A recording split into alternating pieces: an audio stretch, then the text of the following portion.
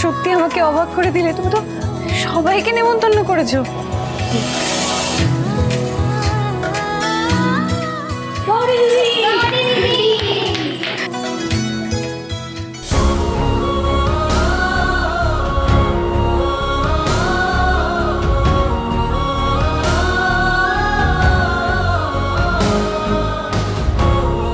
কেমন আছিস তোরা? ভালো আছি। কুসুমদি, কুসুমদি তুমি কেমন আছো? কতদিন পর তোমায় দেখলাম। আমরা সবাই ভালো আছি, কিন্তু আরো ভালো কেন লাগছে জানিস? তোকে এত হাসি খুশি দেখে। দাঁড়াও, আরেকজনকে দেখলে তোমাদের মন আরো ভালো হয়ে যাবে। দাঁড়াও। বাবা, বাবা দেখো কারা এসেছে। এসো, দেখো কারা এসেছে।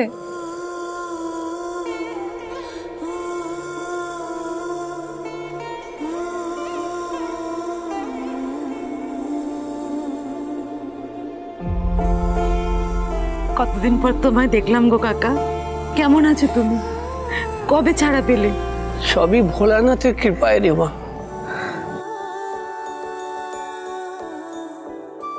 কোনো পাপের হিসেব বাকি ছিল তার খাতায়, তাই জেল খাটিয়ে সমস্ত পাপ ধুইয়ে আমাকে আবার গৌরী মায়ের কাছেই এনে ফেলল। তোকে যে আমি কি বলে ধন্যবাদ দেবো রে গৌরী। আজকে তোর জন্য এতদিন পর মাধব কাকার মুখে একটু হাসি দেখতে পেলাম। আমার জন্য নয় গো কুসুমদি, রুদ্র স্যারই, রুদ্র বাবাকে ছাড়িয়ে এনেছে। তার সাথে এই যে আনন্দ স্যার আর আমার জ্যাঠাও ছিল। আপনারা আমার অনেক অনেক ধন্যবাদ নেবেন। এটা আমাদের অনেক আগেই করা উচিত ছিল, তবু শেষমেশ যে ওনাকে বাইরে আনতে পেরেছি এই অনেক। এটা কিন্তু গৌরী ছাড়া কখনোই সম্ভব হতো না। সে কি আর আমরা বুঝিনি? সেদিন ওর জন্যই তো ট্রেনে অত বড় বিপদ থেকে আমরা সবাই রক্ষা পেলাম। আর যেই না শুনেছি তোমার আবার বিয়ে হচ্ছে, আমরা সব কাজ ফেলে চলে এসেছি। তোমার ঠাম্মি কিন্তু আমাদেরকে ফোন করে বলেছিল তুমি তোমার স্বামীকে নিয়ে বাড়ি ফিরে এসছো। খবরটা শুনে যে আমরা কি খুশি হয়েছিলাম। আচ্ছা, তোমার স্বামী কোথায়? ও মা, সত্যি তো? রুদ্র কোথায় গেল? এই কথাই বলে না, যার বিয়ে তার হুঁশ নেই, পাড়াপড়শির ঘুম নেই। যাই গিয়ে মহারাজকে ডেকে আনি। থাক না ঠাম্মি, আমি গিয়ে ডেকে আনছি রুদ্রকে এক্ষুনি। হ্যাঁ দিদি ভাই, তুই কাকে ডাকতে যাবি? রুদ্র দাদু ভাইকে? হ্যাঁ, ঠাম্মি এক্ষুনি বলে দিল এদেরকে এই গায়রুদের মাঝখানে একটা পর্দা থাকবে, যাতে বিয়ের আগে তোমরা দুজন দুজনকে দেখতে না পারো। বিমলা, তুই যা, বড় খোকা আর রুদ্রকে বল তৈরি হয়ে নিচে নেমে আস, আমরা সবাই অপেক্ষা করছি। আচ্ছা বেশ, আমি তাহলে একবার ঋতুরাজের সাথে দেখা করে আসি। কেমন মনমরা হয়ে ঘরে বসে আছে। যা দেখ, যদি ঘর থেকে বেরোয় ছেলেটা, আমি তোর মুখের দিকে তাকাতেই পাচ্ছি না। এত কষ্ট পাচ্ছে আমার ছেলেটা। আপনি চিন্তা করবেন না, আমি আছি তো। আমিও যাই, রুদ্রর বাবাকে ডেকে নিয়ে আসি, গায়ে হলুদের তো সময় হয়ে এলো। দেখো ঋতুরাজ, আজকে বাড়িতে কতগুলো লোক এসেছে, সবাই কত আনন্দ করছে। সেখানে তুমি যদি এরকম মন খারাপ করে ঘরের মধ্যে বসে থাকো, কারোর কি ভালো লাগে বলো? আর কিছু না হোক, তুমি নিজের পরিবারের কথা ভেবে নিচে এসো। আমিও তো আনন্দ করতে চেয়েছিলাম বৌদি। আমি কি জানতাম এই আনন্দের দিনে আমার জীবনটা এরকম নিঃস্ব হয়ে যাবে।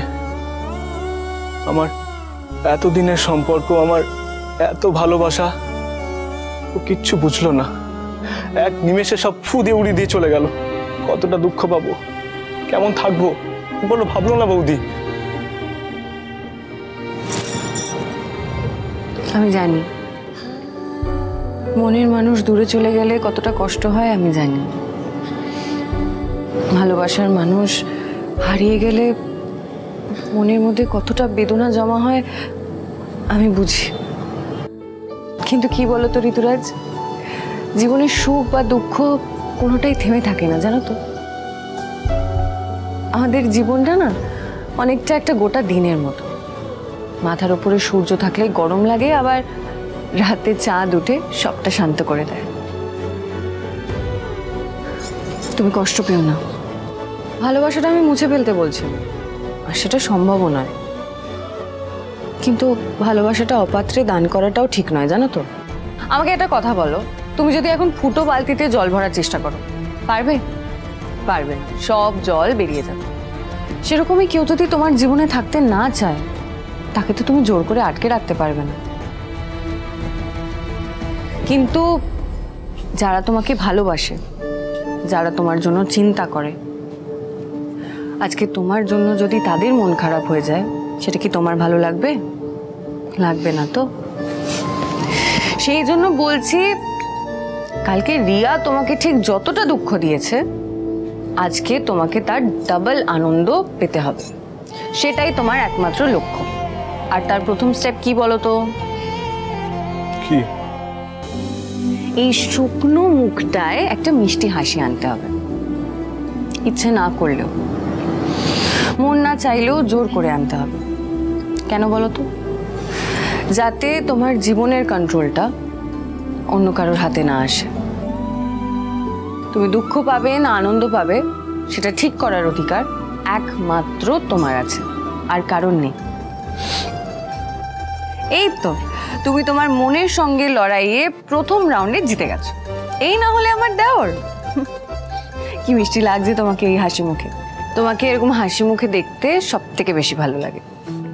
আচ্ছা, আমি তো তোমার দিদির মতো, যে কোনো সমস্যা তুমি আমাকে মন খুলে বলতে পারো, কোনো দ্বিধা চিন্তা ছাড়া। তাহলেই দেখবে মনে আর কোনো কষ্ট থাকবে না। থ্যাংক ইউ বৌদি। বোকা। বৌদি, এক মিনিট, একটা কথা তোমার বলার ছিল। আবার কি কথা? কাল রাত্রে আমার সাথে প্রিয়ার দেখা হয়েছিল।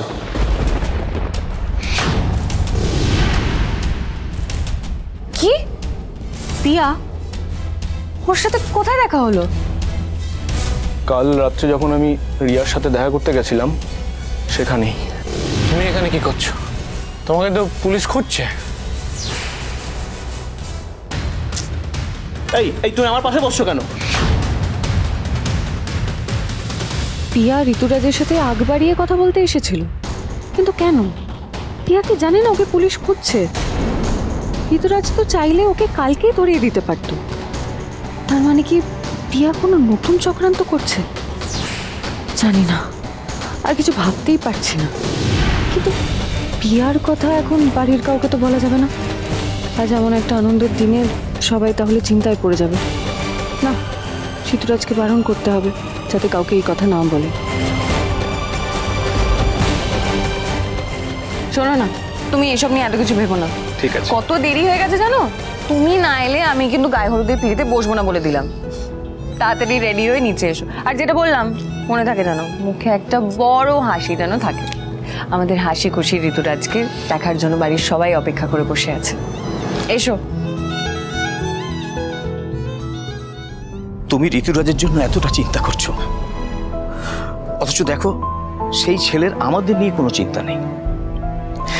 যে মেয়েকে সে চেনে না, সে জানে না, তার জন্য মন খারাপ করে বসে আছে। এদিকে বাড়িতে দাদার বিয়ে। না না, তুমি ওকে ভুল বুঝো না। কতটুকু আর বয়স বলো তো ওর? এরকম বয়সে এরকম একটা ধাক্কা খেলে যে কেউ এরকম করবে। দেখা যাক না, গৌরী তো গেল ওর ঘরে।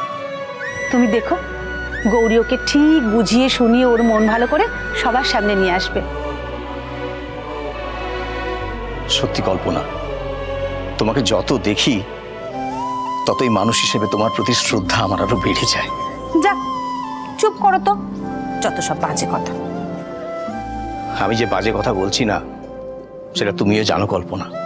তুমি ঋতুরাজের জন্য যা চিন্তা করো, যেভাবে ওর খেয়াল যত্ন নাও, সত্যি করে বলো তো, অন্য কেউ হলে এমনটা কেউ করতো? তোমার নিজের ছেলের জন্য এতটা চিন্তা আমি তোমাকে কখনো করতে দেখিনি। না, এটা আমার অভিযোগ নয়, বরং বলতে পারো তুমি মানুষটার প্রতি আমার অগাধ ভালোবাসা আরো বেড়ে যায় এমনটা দেখলে কল্পনা। থাক, অনেক হয়েছে, আর বলতে হবে না। তুমি লজ্জা পাচ্ছ, কিন্তু বিশ্বাস করো আমি সত্যি অবাক হই দেখে। তুমি ওকে ভালোবাসায়, ওর প্রতি কেয়ার জন্য এতটুকু খামতি রাখোনি কোনোদিন। ঋতুরাজ তোমার নিজের ছেলে না হলেও ওকে তুমি যে ভালোবাসায়, যে মমতায় বড় করে তুলেছ, সত্যি তার তুলনা হয় না কল্পনা। কি কি শুনলাম? এটা ঠিক শুনলাম তো? ঋতুরাজ মায়ের নিজের ছেলে নয়? কি করব বলো, সেই ছোট থেকে ঋতুরাজকে নিজের হাতে করে মানুষ করেছি। আমার কখনো মনেই হয়নি যে ও আমার ছেলে নয়। আর শুধু আমি কেন, রুদ্র, রুষা, ওরাও কখনো বুঝতেই দেয়নি যে ও ঋতুরাজ ওদের নিজের ভাই নয়। দেখো, এতদিন যেমন ওকে এই সত্যিটা আমরা জানতে দিইনি, ভবিষ্যতেও কখনো ওকে জানতে দেব না। এইভাবেই ওকে আজীবন আমরা ভালোবেসে যাব, সেও যতই ভুল করুক না কেন। আর তাছাড়া ভুল কি না করে বলো তো, ঠিক পথটা দেখিয়ে দেবার দায়িত্ব তো বাবা মায়েরই, তাই না? আর মানে সত্যি ঋতুরাজ এই বাড়ির ছেলে নয়, মায়ের নিজের ছেলে নয়, রুদ্রর নিজের ভাই নয়? তাহলে ঋতুরাজ কে? কি ওর আসল পরিচয়? তো নরম মনের ছেলে সামলাতে পারবে তো এভাবে একটার পর একটা ধাক্কা? ঋতুরাজ এই বাড়ির ছেলে নয়, এ তো আমি ভাবতেও পারি না। তবে ঋতুরাজ মন খারাপ করে একা যতই ঘরে বসে থাকুক না কেন, আমার বিশ্বাস ও তোমাকে ছেড়ে বেশিক্ষণ একা থাকতে পারবে না। আরে আমি জানিও ও আমাদের নিজের ছেলে নয়, কিন্তু ও তো আর সেসব জানে না। ও জানে তুমি ওর নিজের মা, আর তোমাকে ছাড়া ওর একটা দিন আজ অবধি কেটেছে বলো? তাই ওর জন্য তুমি অযথা চিন্তা করছো কল্পনা। বরং যাও, তোমার কাঁধে মাথা রেখে ও একটু কাঁদতে দাও। অল্প বয়সের মন ভাঙা তো, দুঃখটা একটু থাকবে। ও আমার ছেলে, আমি জানি ওকে কিভাবে সামলাতে হবে। তুমি এসব নিয়ে ভেবো না। যথা আজ্ঞা দেবী। আজকে বাড়িতে একটা অনুষ্ঠান, আর সেটা তোমার বড় ছেলের বিয়ে। তুমি তাড়াতাড়ি রেডি হয়ে নিচে চলে এসো। আর শোনো, আমরা এখন যে আলোচনাগুলো করলাম, এই কথাগুলো যেন বাইরের কেউ কোনোভাবেই জানতে না পারে। তুমি তাড়াতাড়ি রেডি হয়ে চলে এসো, দানদিমুখের সময় হয়ে গেল। আরে বাবা, আসছি আসছি। ওফ, ছেলের বিয়ে বলে কথা, বাবা কোথায় একটু রিল্যাক্স করবে তা নয়, সব সময় একটা পরীক্ষা, টেনশন, তাড়াহুড়ো। আচ্ছা, এই নান্দিমুখ ব্যাপারটা কি গো? কোনো বাড়িতে যদি শুভ কাজ হয়, তাহলে সেই পরিবারের পূর্বপুরুষদের স্মরণ করে তাদের অনুমতি নেওয়া, আশীর্বাদ নেওয়া, এটাই হলো নান্দিমুখ। এদিকে তো আসল কাজটাই শুরু হচ্ছে না। মা, গৌরী কোথায়? ও আসবে না? আসবে না কেন? আগে তোর নান্দিমুখটা হোক, তারপরে তোরটা হবে। ওই দেখ, ওইদিকে ওর বসার ব্যবস্থা করা হয়েছে। তোর তো দেখছি আর বিয়ের জন্য তর সইছে না।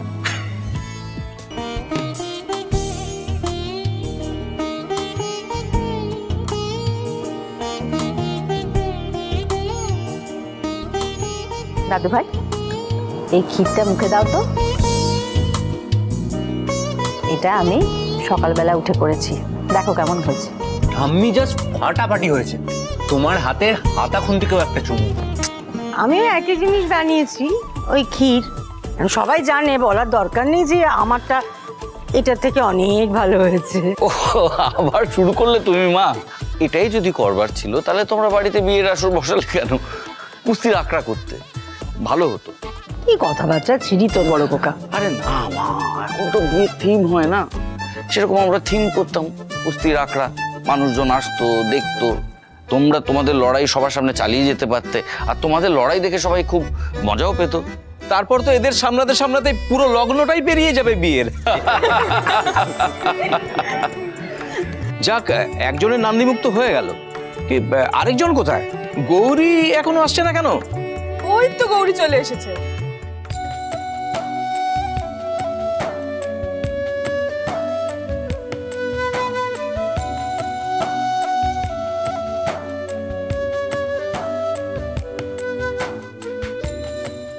বলেছিলাম না, গৌরী ওকে ঠিক মানিয়ে নিয়ে আসবে।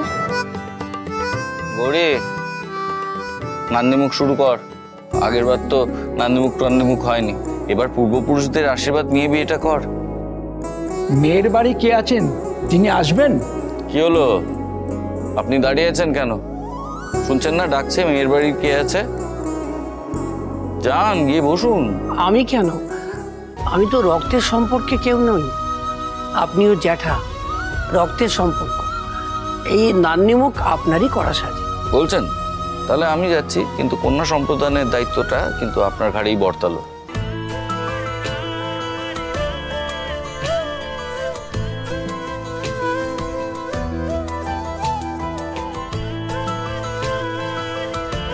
আমি আবার বেশি কথা বলবো না, তাহলে অনেকেরই আবার গায়ে লেগে যাবে।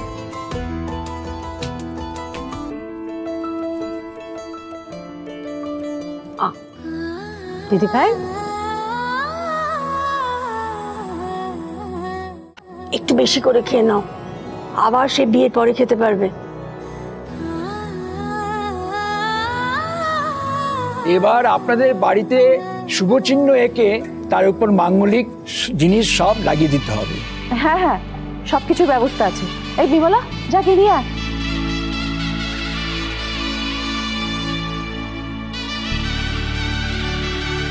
আসুন ঠাকুরমশাই।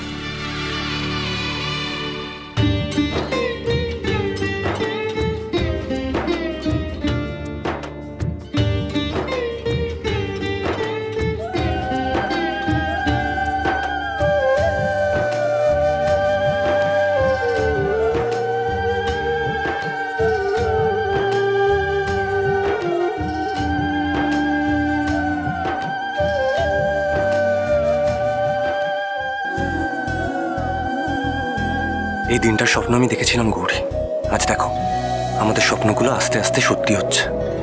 বড় আনন্দের দিন আজ আমার রুদ্র। এভাবেই সবার আশীর্বাদ নিয়ে আমি তোমাকে আমার পাশে চেয়েছিলাম সব সময়। ঈশ্বর আমার সেই ইচ্ছের মান রেখেছেন।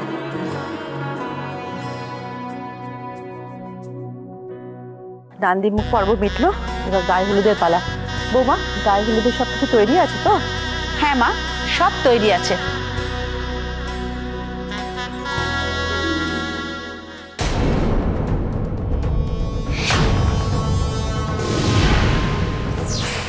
এই ছবিগুলো শুধুমাত্র সোশ্যাল মিডিয়ায় লাইকস আর সাবস্ক্রাইবার্স বাড়ানোর জন্য নয়, এইগুলো আমার কাছে অস্ত্র, আমার ব্রহ্মাস্ত্র। এই ব্রহ্মাস্ত্র দিয়েই আমি ঘোষ আর রায়চৌধুরী বংশের বিনাশ ঘটাবো। ওরা সবাই মিলে আমার সঙ্গে যা করেছে, আমার স্বপ্ন, আমার সাজানো ভবিষ্যৎ সবকিছু শেষ করে দিয়েছে। এই সব কিছুর প্রতিশোধ নেব আমি। আর আমার আসল শত্রু ওই গৌরী, ওকেও আমি ছাড়বো না। গৌরীর বিয়েটা কি করে শেষ করতে হয় আর রুদ্রকে কি করে নিজের করে নিতে হয়, সেটাও আমি এবার দেখিয়ে ছাড়ব। মহেশ্বরী ঘোষ, তৈরি হও তুমি। তোমার সাজানো বাগান তছনছ করতে আসছি আমি। শোনো না, যেটা বলছিলাম আমি না, নিয়মটা ভুলে গেছি। মানে আগে রুদ্রর গায়ে হলুদ হবে, তারপরে রুদ্রর কপালে ছোঁয়া হলুদ তো দিদি ভাইয়ের গায়ে লাগানো হবে, তাই তো? হ্যাঁ হ্যাঁ, একদম তাই। কিন্তু আমার নাতিটা গেল কই? তাকে তো দেখছি না। ও না এলে তো গৌরীকেও বসে থাকতে হবে। ভাই আয় তো, আয়। চো চো চো, বস এখানে, বস বস বস বস। আগে আমি তোকে ভালো করে হলুদটা মাখাবো, তারপর বাকি সবাই। না না দেখ, আমি এত হলুদ মাখবো না, আর তোকে কোনো বিশ্বাস নেই, তারপর জোর করে মুখে পুরো হলুদ মাখিয়ে দিই। দাদা, আজ তোকে কিন্তু ছাড়ছি না। আগের বার তুই আমাদের সবাইকে ঠকিয়েছিস, আমরা সবাই তার শোধ নেব।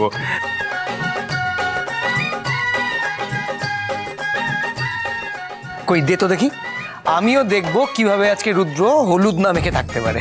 এই, এটা কিন্তু ভালো হচ্ছে না বলে দিচ্ছি। সুযোগ পেয়ে আমার উপর টর্চার করা হচ্ছে। বেশ করেছে, এতদিন তুই আমাদের উপরে অনেক অত্যাচার করেছিস, আজকে তোর কথা কেউ শুনবে না। আজকে সবাই তোর আর গৌরীর মুখ ভরে হলুদ লাগাবে।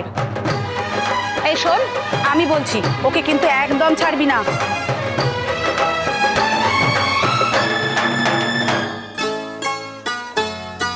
এ কি, এটা তো দেখছি ছাড়ছে না আমায়। বিয়ে করাচ্ছে কি জ্বালা রে বাবা।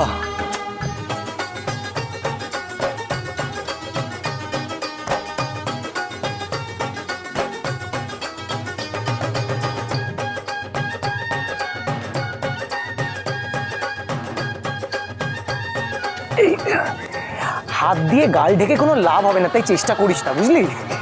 আজকে তোমায় আমি হলুদ ভেজা শেয়াল বানাবোই। বেশ হয়েছে, ঠিক হয়েছে। এতদিন যত জোর আমার উপরে খাটাতে, আজ বোঝো ঠেলা। ভাই বোনেরা কেউ ছাড়বে নাকি?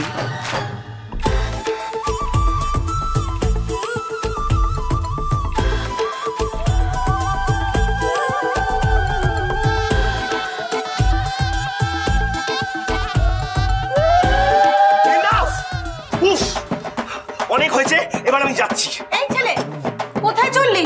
পিড়ি থেকে নামার আগে খুঁড়িগুলো পা দিয়ে ভাঙতে হবে।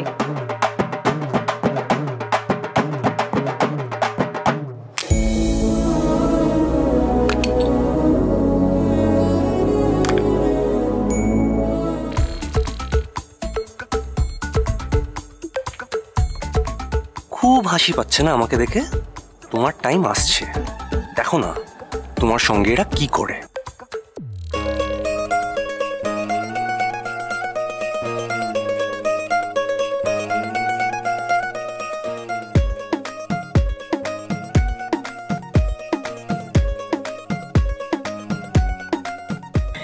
এখন ভাইয়ের কপালে ছোঁয়ানো হলো তোমার কপালে ছোঁয়ানো, আর রাতে ভাই নিজে হাতে তোমার কপালে সিঁদুর পরিয়ে দেবে।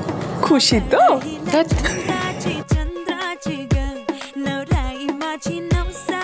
এই, ওকে এরকম জ্বালাস না তো, এবার গায়ে হলুদটা হতে দে।